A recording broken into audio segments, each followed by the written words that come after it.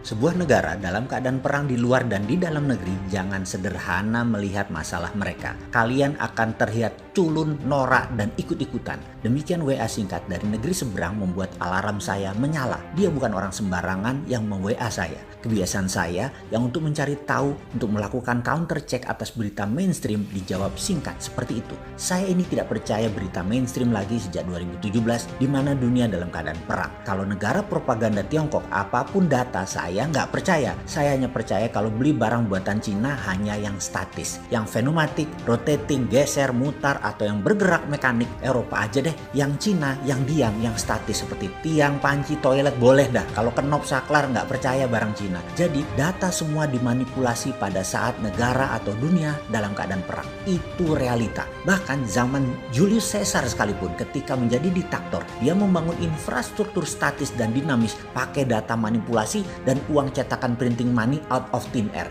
demi Romawi makmur. Balik ke topik, Trump dan Melania. Yang kalimat WA dari mantan petinggi NSC yang me-WA saya tadi cukup menghenyakkan hari santai saya kemarin. Kita semua tahu selama 8 tahun Obama menjabat ada hampir 200 usaha serangan terhadap dirinya yang berhasil diantisipasi. Dan 3,5 tahun Trump menjabat lebih dari 200 kali usaha penyerangan yang terakhir adalah September 2020 kemarin. Kali ini melihat kapasitasnya, Secret Service Amerika punya skenario beda, punya skenario baru dan berani. Karena yang melihat, yang melakukannya bukan hanya pemain tunggal namun sudah konspirasi. Makin sangar yang menyerang POTUS tersebut. Pada September tersebut, rencana penyerangan terhadap Trump sangat canggih. Meluncurkan rudal dari kapal selam ke Air Force One pada saat Trump traveling. Namun, US Marine berhasil menenggelamkan kapal selam tersebut yang baru meluncur dari pelabuhan di wilayah Rusia milik organisasi swasta. Globalis cabal di belakangnya jauh lebih dicurigai daripada negara manapun dunia.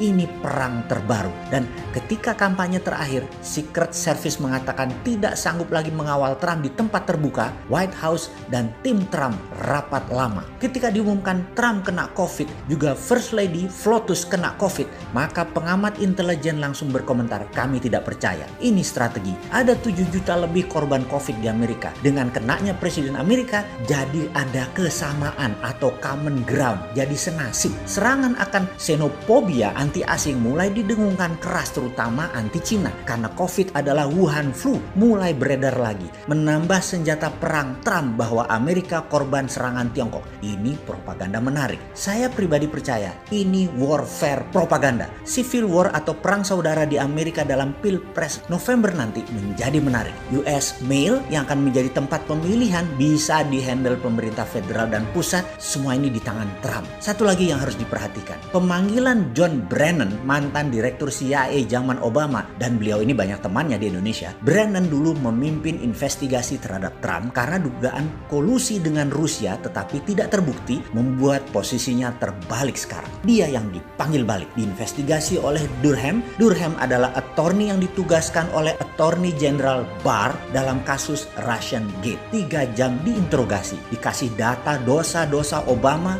Hillary Clinton, dan Biden. Terduduk diam teman kita itu si John Brennan. Sejak saat itu, Obama dan Hillary jadi berkurang kampanye endorsernya buat Biden. Biden sulit menangkis serangan penerimaan uang Hunter anaknya dan beberapa uang sogokan lainnya. Semua terbukti dan semua ada di meja Barr. Dalam debat kemarin, Trump serang. Yang dijawab Biden dengan sogokan tersebut hanya dibalas dengan kata-kata not true, not true. Namun kita semua tahu Trump punya data. Nanti semua itu akan jadi rope a dope, lentingan tali ringnya. Fakta di meja Barr tadi akan dilempar ke media sosial. Habis Biden. Jadi dugaan kuat pengamat intelijen internasional, Demokrat sesungguhnya sudah mulai keok. Namun globalis cabal yang di belakang Demokrat masih berperang. Dan perang sesungguhnya adalah globalis cabal melawan Trump. Bukan Demokrat versus Republikan lagi. Tetapi nasionalis patriotis lawan globalis. Jadi nggak heran Soros, Bloomberg, gede-gedean anggarannya serang Trump. Dan 1.000 pegawai Amazon kena COVID adalah pukulan balik dari Trump. Jadi apa lesson learn